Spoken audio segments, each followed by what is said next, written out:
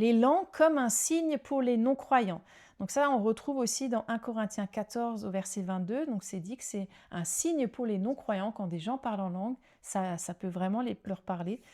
Et c'est exactement ce qui s'est passé à la Pentecôte. En fait, c'est des langues comprises. Nous, on ne parle pas forcément, on parle notre parler en langue classique, on remarque même pas qu'on parle une langue comprise par d'autres, mais eux le comprennent. Et ça, il y a des témoignages comme ça, c'est juste des gens qui parlaient en langue normalement, ils ne se rendaient pas compte qu'ils parlaient une langue connue, ça changeait rien, mais des personnes autour qui parlaient, j'ai déjà entendu des témoignages comme ça, c'était de l'arabe, ou c'était du français, alors que c'était des Américains, ou qu'importe, comprenaient ce que la personne disait. J'ai encore entendu un témoignage dernièrement, où quelqu'un priait pour quelqu'un pour la guérison en langue, et puis la personne derrière a compris, c'était une personne qui parlait l'arabe, et avait compris ce que la personne devant disait en langue.